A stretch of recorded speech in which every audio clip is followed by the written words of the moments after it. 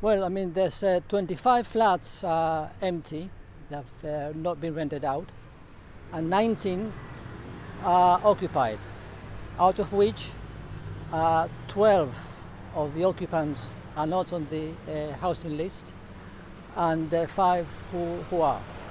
Which means that if the worst comes to the worst, these 12 families or individuals would become homeless. And that is grounds for concern.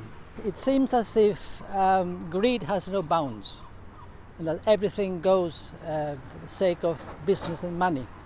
And we think that people who live in post-war accommodation should have some measure of security, not as much as those who live perhaps in pre-war accommodation, but they should have some measure of and we've been saying this now for quite some time, that we should get together with the government, the next government, whoever that might be, and thrash this out.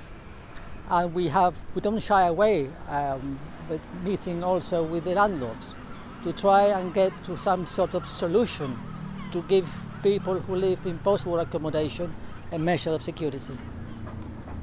And you think that if these 12 families were to try and look for a property on the open market, it would be difficult to find something at a similar price to Devonport? Practically impossible.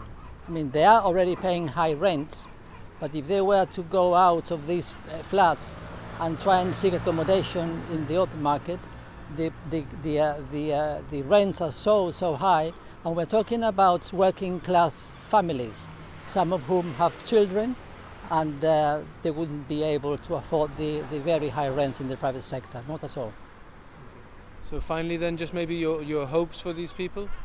Well, our first hope is that the DPC will not give the green light to this development, since it will be built on a heritage wall. We know that it was originally built there, but those were different times when no much value was given to heritage. So we hope that this will not happen again, and if it does happen, then we shall have to fight every inch of the way to secure security for these people who might become homeless otherwise.